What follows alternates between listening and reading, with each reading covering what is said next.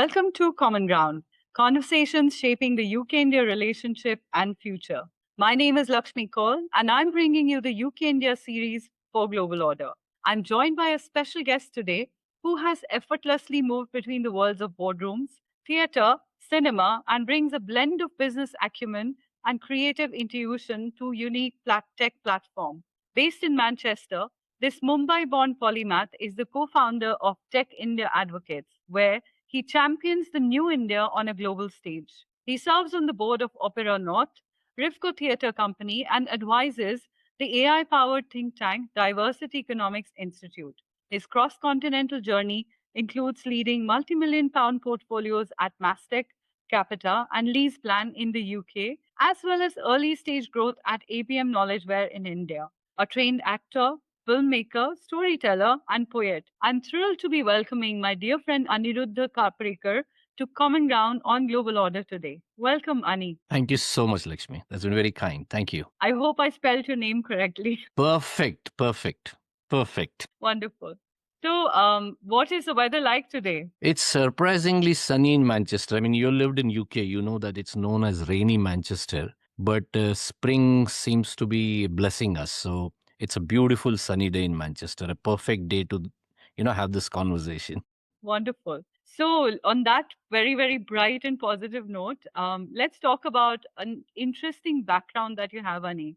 From Mumbai to Manchester, now on to the global stage. What is your story? What is my story? My story is always sort of, between what I wanted and how I landed at intersections. So choice and intersection. So sort of a quick 2 to 3 minutes flashback, started in Mumbai. I always wanted to be an actor. That was my life stream in 80s, late 80s. So in 87, I started a very simple entry level job in what was not technology industry or information technology is in the computer era. 1987. So I started very low end, a data entry operator plus office boy assistant kind of role. And the purpose was simply so I could attend theater rehearsals. That's how it started. So because there was no income from that time. And it continued. Somehow I have been managing this parallel track all along. And somewhere in between, the tech took over because it was giving stability. It was equally interesting. And as always, I was perpetually stuck between that polymathic Leonardo curse, so your constant battle between left and right hemisphere. Forward few years, I ended up playing a key role in creating India's first e-government software company called ABM Knowledgeware Limited. It's a successful company, public limited, doing excellent work across India now. Fast forward few years, somewhere around 2003-4, I hit a crossroads. What next? And then I ended up moving to UK through a company called Mastec, which is India's global outsourcing leader. And I was heading their UK delivery operations for 8 years or so. And in 2011 was another point of choice. What next? I had completed 25 years in the IT industry, so I thought, this can't be just my story, as you asked. So I quit. I reinvented myself as an executive coach, mentor, NLP practitioner, hypnotherapist. I did a lot of certifications. I had to re-educate myself. That continued for many years. And then subsequently, I got into public life. I created some public platforms. There's first one was OMPEG, which you're probably familiar with, Overseas Maharashtrian Professionals and Entrepreneurs Group. That sort of got me into public forum. After that came Tech India Advocates, then working with a lot of Indian tech companies for UK to India, their growth journey. Opera North, Rivco Theatre Company. My search of Ikigai continues. I think that keeps, bringing me here from the choices that I want to intersections that I land at. And that's been sort of my journey. So now I would say, if you don't mind me saying, I am at a happy intersection of tech, creativity, culture, and humanity. That's my sweet spot. Does that make sense? Yeah, absolutely does. It's a beautiful sweet spot. I think many people go looking for their ikigai and they're still looking. So you're based in Manchester, Ani, which happens to be the nodal point of the Northern Powerhouse region in the UK. So, like you, many other diasporic communities have moved to the UK, and many have gone on and settled into the north of England. What, in your recollection or your observation, has been the trajectory of the regional opportunities and growth for India in the UK? I would say something has definitely shifted in last close to about 5 to 8 years. That's clearly can be seen. You can feel it. In the past, India UK story, as it would naturally happen, it would gravitate around the capitals. So when it comes to India, New Delhi and UK, it's all around London. But the North is now stepping forward with intent. It always used to, but now it's sort of getting noticed and making noise. It's a combination of the regional focus that even UK government has, and also India realizing that it's can't be just one geography. It has to be different regions in the UK also. So sort of a balanced leveling up agenda, if I may say, without any political connotations. This was, I think, very visible recently in the first ever India North England summit that was organized by Council General of India in Manchester, the new consulate, and of course with key partners as your own UK ex alma mater, Confederation of India Industries. That summit with 300 people and some top leaders in north of England. And I'm not just saying Manchester, it is Manchester, Liverpool, Leeds, Bolton, Newcastle, all across north of England. North England definitely brings certain deep sector strengths. There is high focus in R&D. Some of the top universities are here. There are organizations in advanced manufacturing, material creation, healthcare, digital transformation, energy transition. So North also offers the same that what South of England or London centric business used to offer earlier. And now with UK India free trade agreement taking place, see the real magic lies in bringing into execution. Not just the dotted line has been signed. It was long years coming, and it's done now. So now it's actually incumbent upon even all of us leaders in the north, including myself and people from India, to take advantage of this India North England bridge, if I may say. What happens is I'm seeing a lot of Indian firms investing into north of England also. There are a lot of big companies from tech, my own world, 8-bit Infosys, TCS, Mastech. But there's also a company called Find, which is India's retail tech market leader. There's Excite AI, which creates AI innovation labs. There's Insource India, which takes UK companies to India in a very simple and practical model. But there's one point that I would like to highlight, that whenever we talk about India UK or now India North England, the focus is on big names and large corporates. The untapped sector is UK's SMEs. Close to 6 million SMEs are in the UK. 60% of workforce in the UK belongs to SMEs. So I think that's the next, potential that's going to explode with UK SMEs and India partnership.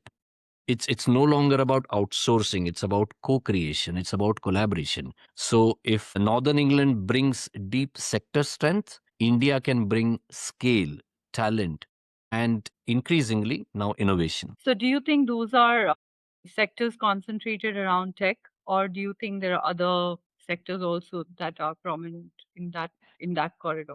Good question. I think, see, tech always has been at forefront. It's not today's story, it's yesterday's story. It's always been the story. So tech will always be sort of a steady champion to bring these countries together. But there's also now healthcare, which is very important. There's advanced manufacturing. There's also university academic collaboration as well. As you know, probably you've seen in the news that a lot of UK universities are opening campuses in India. So education is another pathway. Then there's also something that I hope that something sort of rises in that space is, I'm a big champion of India's digital public infrastructure, the UPI, the payment systems, the Aadhaar. And there is a lot of interest from UK companies to embrace that. One is the certain systems that are built in India also are now available through India Stack to the world. And there's a great focus, and I see a lot of conversations on this digital public infrastructure of India, how it can be implemented in the UK. Right. And as you said, that there have been increased investments in the north of Yes. England. Yeah, there's In focus. That first time this free trade agreement, and people should spend time actually going through it. As you know, the name is CETA, Comprehensive Economic Trade Agreement. First time the trade architecture between two countries have changed. I mean, it's a 29 clause kind of document. Right at the center of it is an innovation clause. So, what both countries are aiming for is to promote innovation. And that's something businesses both from India and the UK should take advantage of. Both countries keep saying that they would like to manufacture more and export Yes. more. So, are there manufacturing related partnerships that you see are shaping? I'm seeing conversations some I've been part of, especially in EV and battery technology. But whenever it comes to manufacturing, it's always exciting, but it also can move. It takes its time because, whether you are setting up a plant, whether you want to do some kind of nearshore manufacturing, it always takes a bit of time. So manufacturing, definitely, yes. Automobiles, EVs, batteries. I mean, probably because I'm in Manchester, I'm slightly biased that there's institute like graphene here. Graphene was created here in the UK, right? And it has that material has great potential across so many applications. So I'm hoping, yes, along with the normal tech, which is the soft technology, manufacturing and engineering also takes the lead. And of course, I wouldn't be shy of saying, being an artist myself, if I may say, creative industries is also now the next frontier. Absolutely, and rightly said. Manchester also happens to be a hub of creative industries, particularly. So yeah, and sports as well.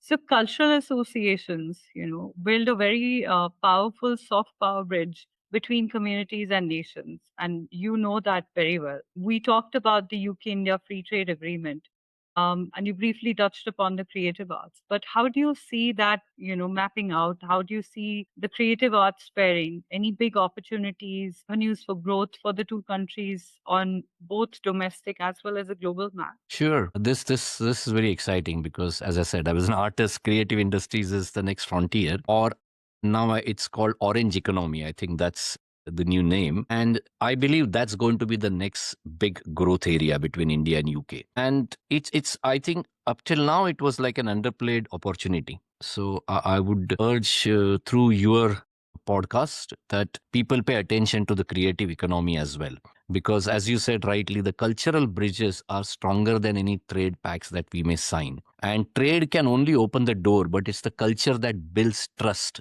between two nations. It always has, it always will. Couple of examples: recently the High Commission of India organized a big event with National Theatre. I don't know whether you took note of it or not, but it was in the background of Jungle Book coming to National Theatre.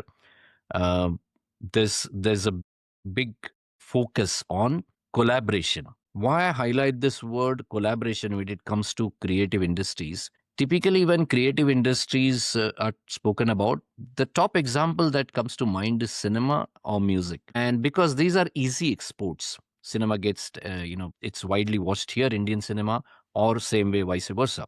But it's not just that. It is films, theater, music, digital storytelling, theater performances, opera. I'm come from opera. I sit on Opera North's trustee board. So it's not just one art form, it's multiple art forms.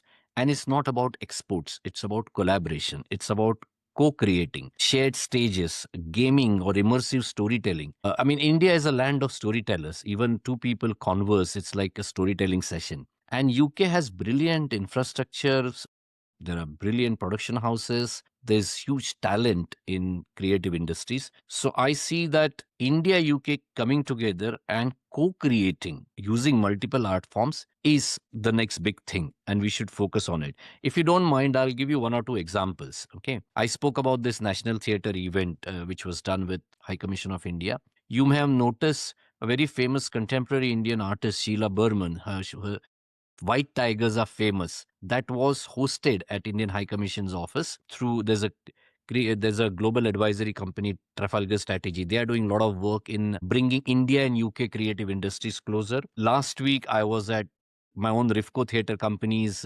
premiere of Frankie Goes to Bollywood, which is a British South Asian story about a girl from UK making her way into Bollywood and experience. So that's one angle. Even people normally associate cinema, music, but not opera. And I'm a big champion of opera as well. I love Western classical music and opera. So Opera North, which I sit on, which is biggest arts organization outside of London, also is bringing Orpheus, 1607 Monteverdi's classic opera. But the beauty is, it's a rerun. And it's performed in Italian, Urdu, Malayalam, Tamil, Punjabi, Bengali, multiple languages. So it has local British performers as well as Indian performers. So that's also going to be touring in 26, 27 in the UK. So there are different avenues where India, UK, storytelling, say creative industries can come together. But my underlying message would be it's not about just export and import, it's about co creation, collaboration.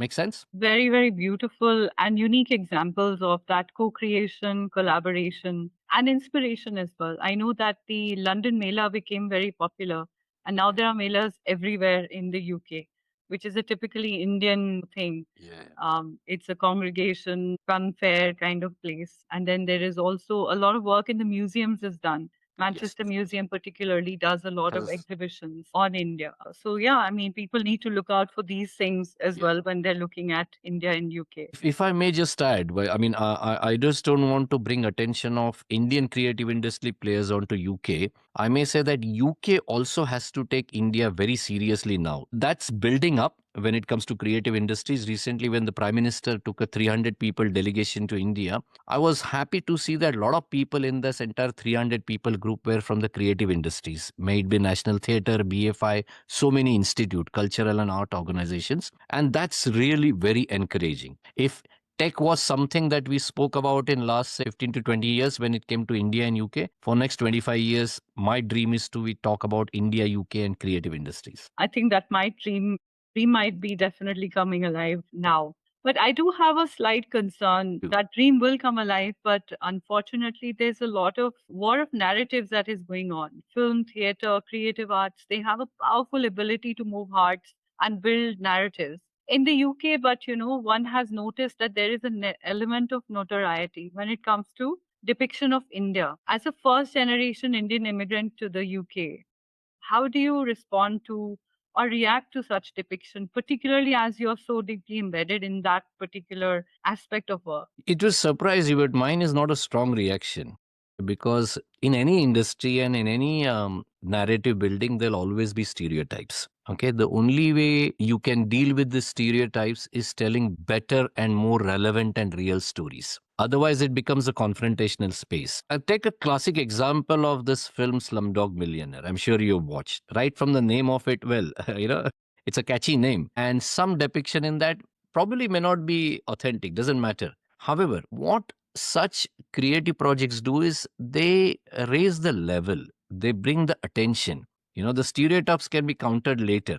But I'm seeing change as well. I'm very hopeful that more authentic voices are emerging. And I would include myself in it because it's also incumbent upon me that any platform I go to, I bring attention to.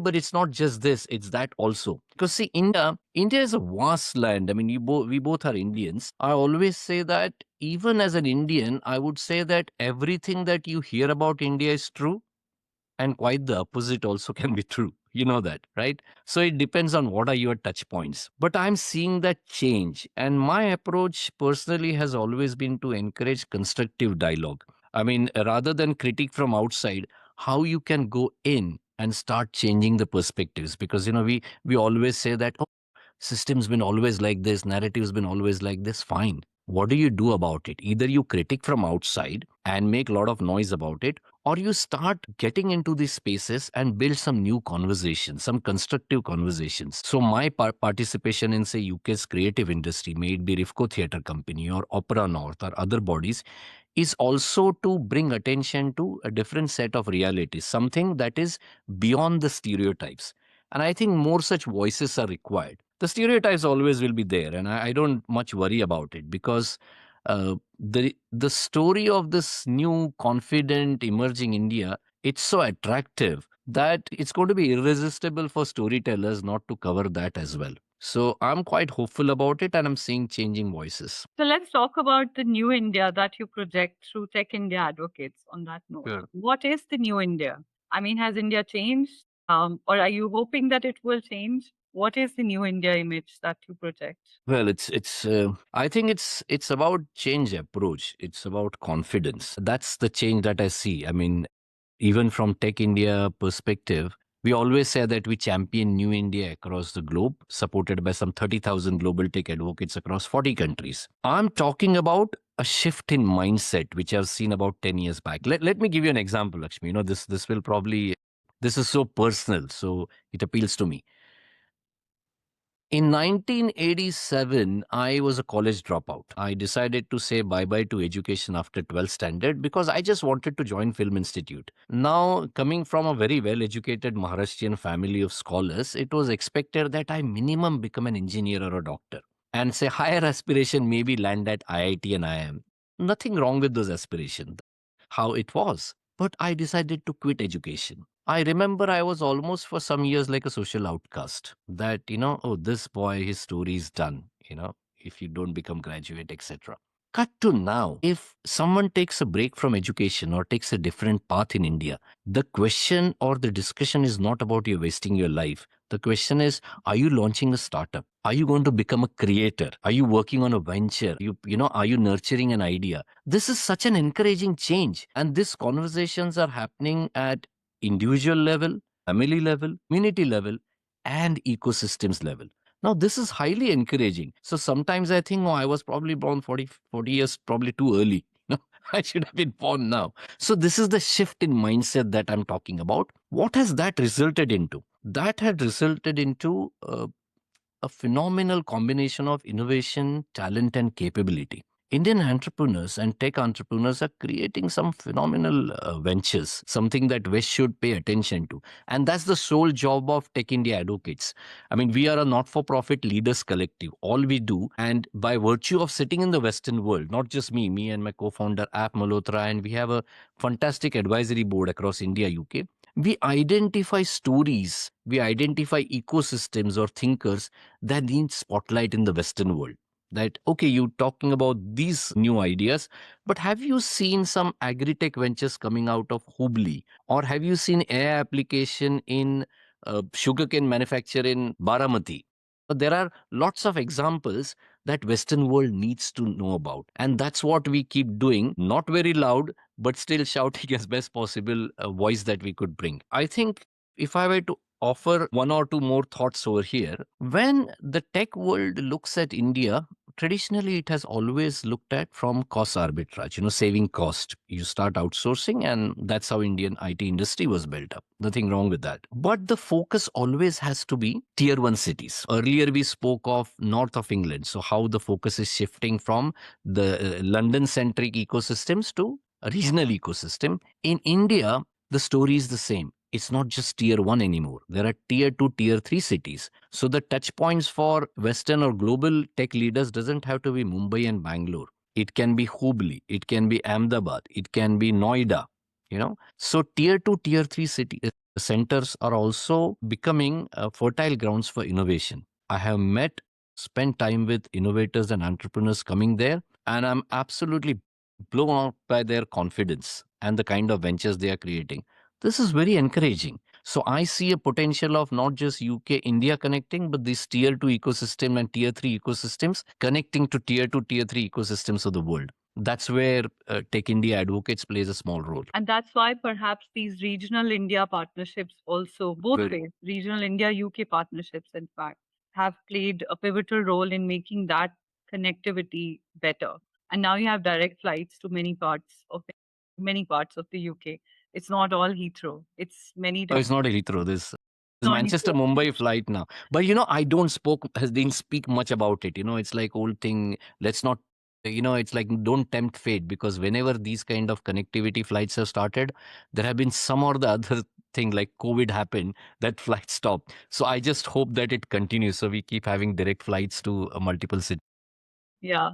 But then there is geopolitics that affects us all. And it's really hard not to be influenced or affected by it. I mean, I wonder, of course, you've talked about connectivity getting, disrupted because of everything that happens around us, which is not sometimes in our control. There have been guests on this show that, have offered concern, quiet optimism, and often hope for a better tomorrow. What would your reflections be in the context of perhaps Tech India Advocate? Because you work with problem solvers and getting them funding and support and guidance. What are your reflections on the world that we live in today? What I may say may sound naive, but I'm really hopeful of.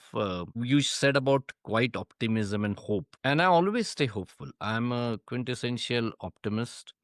There's always possible, and a big believer of what Mahatma Gandhi also. I mean, everyone quotes that be the change that you want to see in the world. It's a paraphrase from one of his writings, but the message is universal. So I'm greatly driven by not just that quote personally. As a poet, I'm a big fan of one of message of Dalai Lama, if I may quote here, that Dalai Lama says that the world does not need more successful people. It needs storytellers, healers, lovers of all kind. So rather than complaining, commenting, critiquing of what's happening around the world, I thought I have those ingredients. Let me try to be one.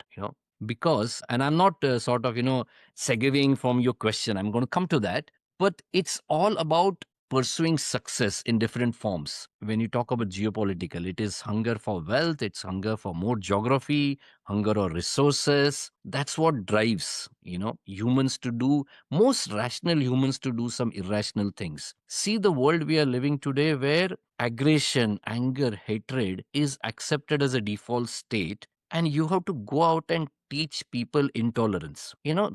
Stay with this. This is very important. Our default stage should be accepting of each other, but we have to actually go and actively teach intolerance. So, my question as a poet is, where is our humanness gone? We are meant to be a species which thrived on cooperation, looking after each other, building communities. And what are we doing? I mean, if someone to was to write history of universe as of today, we should be thankful that humanity is mentioned even as a footnote to where we have brought the planet in terms of environment, wars, aggression, anger, hatred.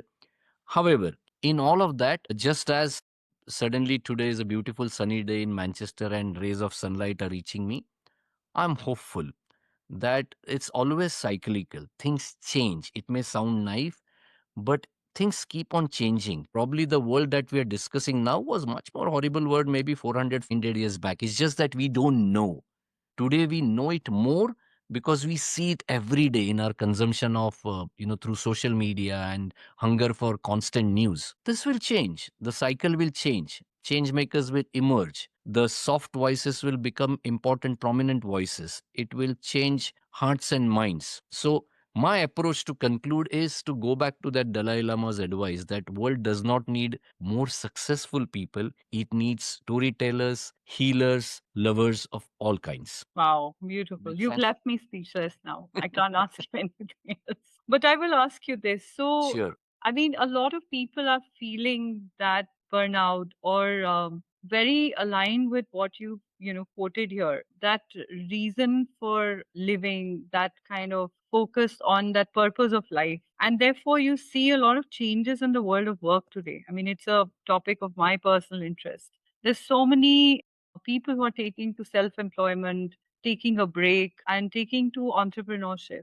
There's a lot of jobs out there. There is a skill gap.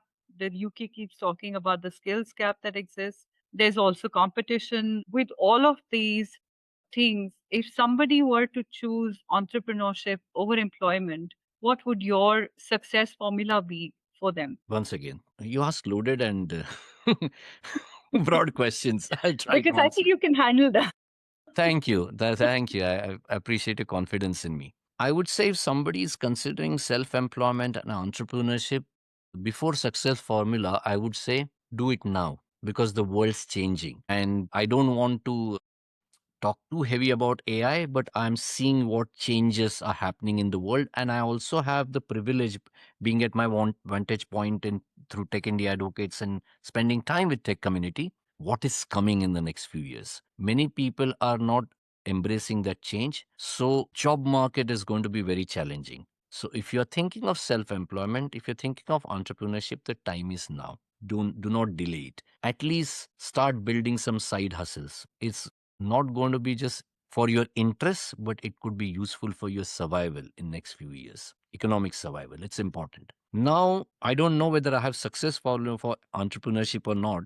People always have this misconception, from the other side when they see entrepreneurs having fun and some flashing gadgets and yacht parties, and it's almost it's a false picture that gets created. Entrepreneurs work very hard. They're very hard. It's not actually freedom for day one for them. It's actually responsibility from day one, because you take an idea, you nurture it. It's almost like a seed in soil that you have to plant and look after every day so that it grows into a big tree. It is as responsible as that. The second part of the formula after responsibility is values. It's not just about intellect, it's about your human values. You're solving a real problem.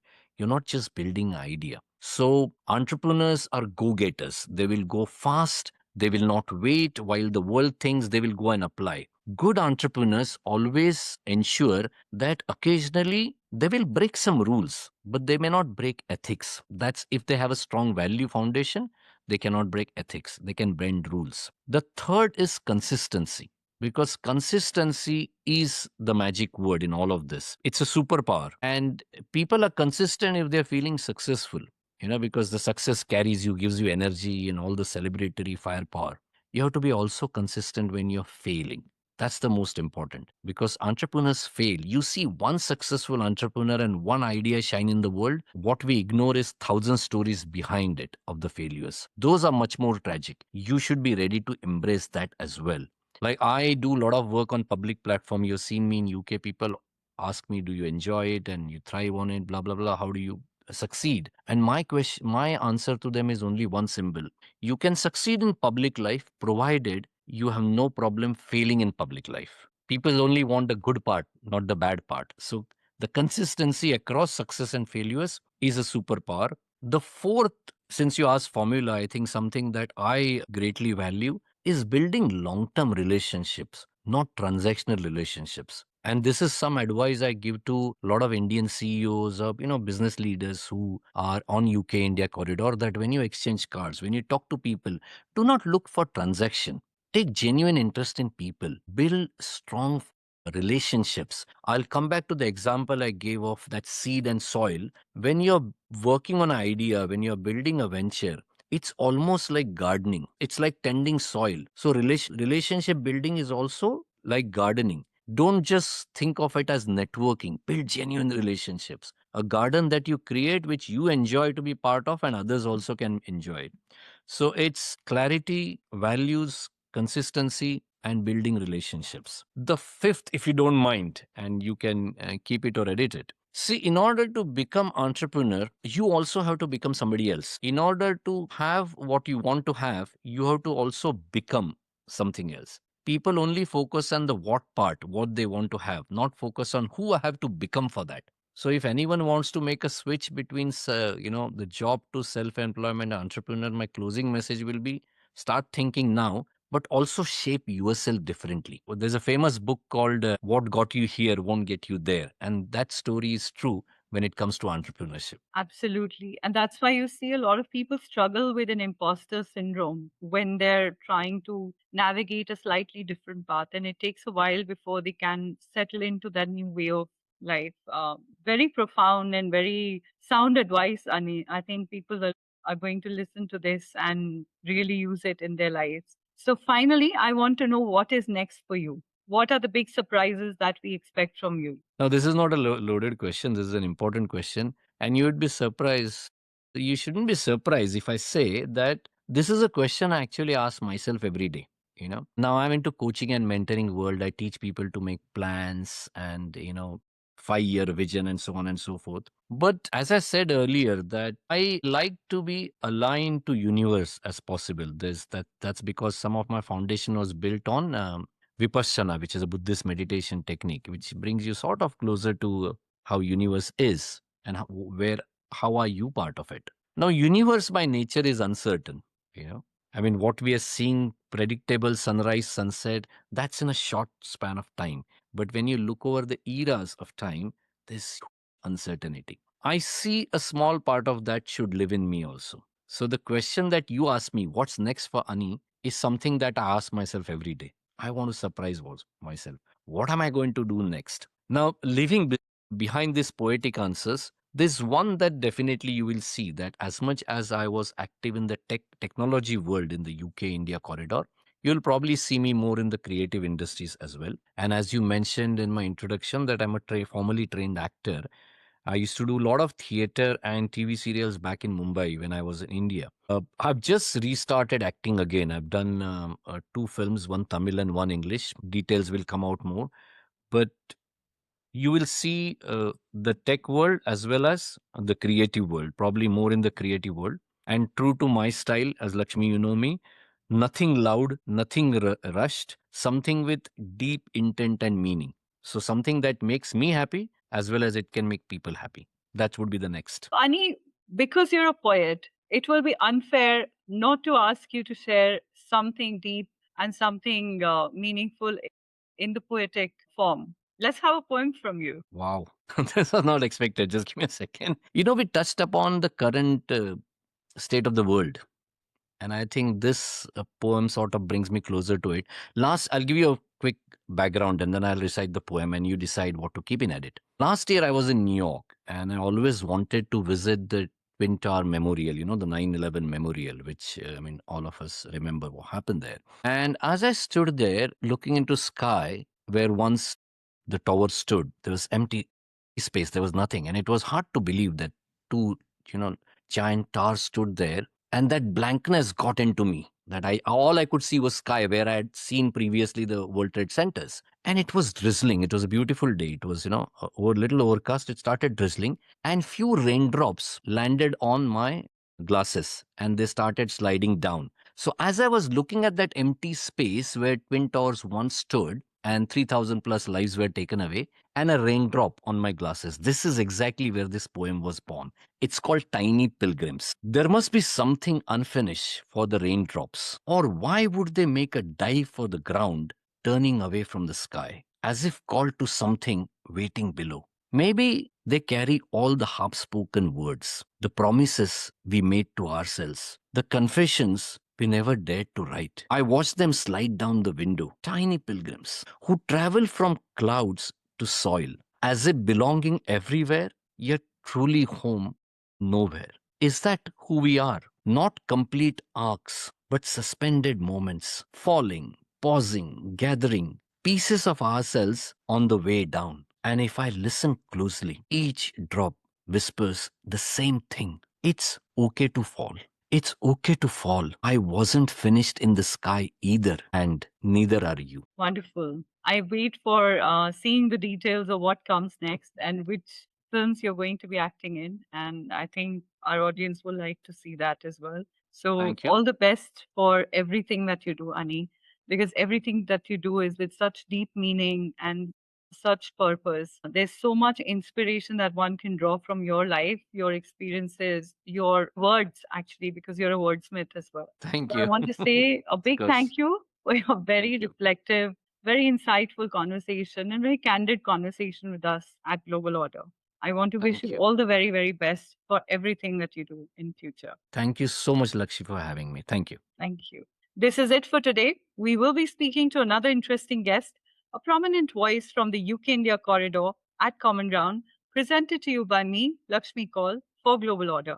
Stay tuned.